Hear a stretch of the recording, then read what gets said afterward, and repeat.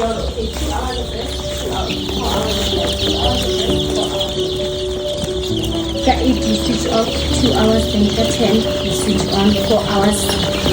Hello everybody, this is your good Dr. Caroline, a professional medical doctor, passionate about poultry farming and striving for financial freedom.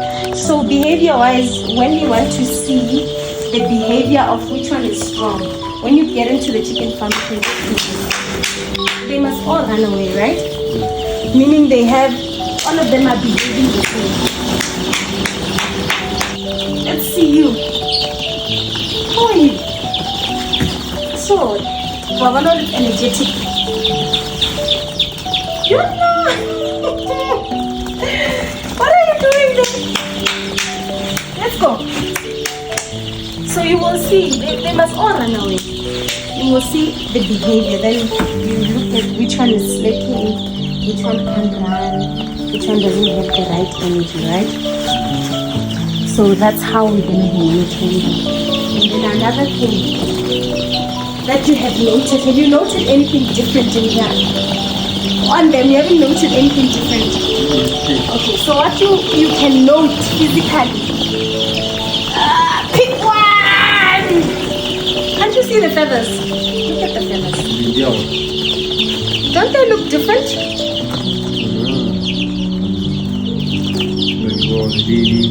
So this can, if you buy chicks, right? When you buy day old, whichever supplier that you're buying from, if you look at this and they're like, this is a day old chick, you know this is not a day old, right?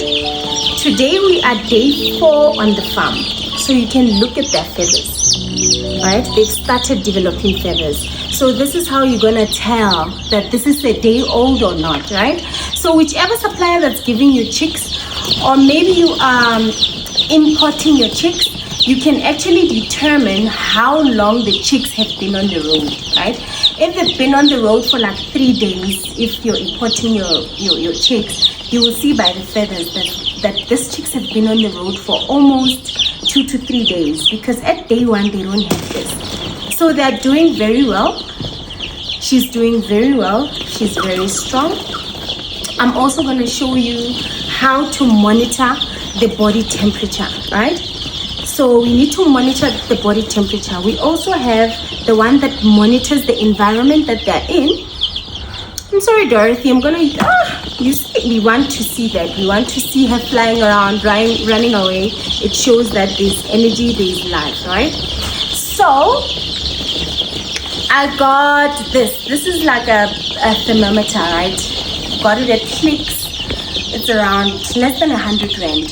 So this, we're gonna use it to monitor the body temperature. So how are we going to monitor the body temperature? So you're going to put this in the vent, right? So let's pick one. Hi, Dorothy. So you see the vent here, right? Come closer. So you see they have a beautiful vent here, right? So what you're going to do is to insert this temperature monitor gently. You're just going to do it gently, right? You're going to insert it here. It's going to tell us, can you see? Temperature is going up. So our temperature is 40.3, right? You can see our temperature for this chick, it's 40.3, right? 40.3, it's an optimum temperature. It's a good temperature for our babies, right? So you want your temperature to be at 39.5 to 40, right? So 40.3 is a good temperature. The environment, they say it should be around 39 degrees. But then here, when I monitored, it was 29.5. That's our temperature of the brooder. And then our humidity is 54%. I'm not happy with the humidity. I would want it to be at 60%. So we're gonna close the windows so that at least you have the right humidity. So now our brooder is 29 degrees. But then our chicks, when we measure the temperature, you see they're running away. This is a good sign, right? They all running away, right? So let's see. Dorothy! Here's our Dorothy. So you saw that our brooder is at 29, but they said in the books we must have a temperature of 39.5, but ours is, we said it's how much? It's 29, right? So, but then we're gonna check the body temperature. Gently insert into the vent, gently. It's 40.5, so meaning the temperature here is good. So you can see the feathers. It's to indicate that they are not day old anymore. So we are day 4. The sad part about chicken farming, guys,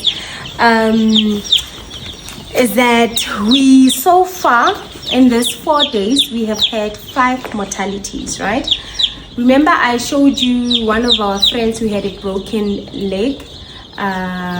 She passed on today, and then we have 4 extra ones that died. The feedback that we got is that, you know, in here there are others that are stronger than the others, right?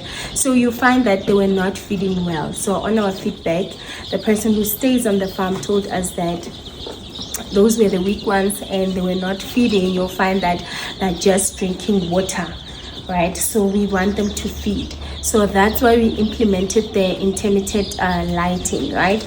So what does it do? How does it help us? Remember, these baby chicks are very small. They don't understand, right? So we want to synchronize the behavior. Synchronize the behavior in such that when we switch off the lights, it means it's a rest time, right? So meaning all of them will be resting, right? And then when we switch on the lights, they start to be active. So the strong ones will influence the other ones to start feeding, right? So now we want to synchronize the behavior so that when we switch off the lights, all of them, they rest. When we switch on the lights, all of them need to eat. So if we don't do that, you find that the stronger ones are always the ones that are feeding and the weaker ones don't get a chance to feed. So intermittent lighting is very, very important. It's the one that is recommended by the guidelines. So I'm following the guidelines as much as possible. I implemented it as well. And the 4 mortalities, excluding the one with the broken leg, it's the weaker ones. They were not eating, they were just drinking water. So hopefully the intermittent lighting will help to synchronize the behavior.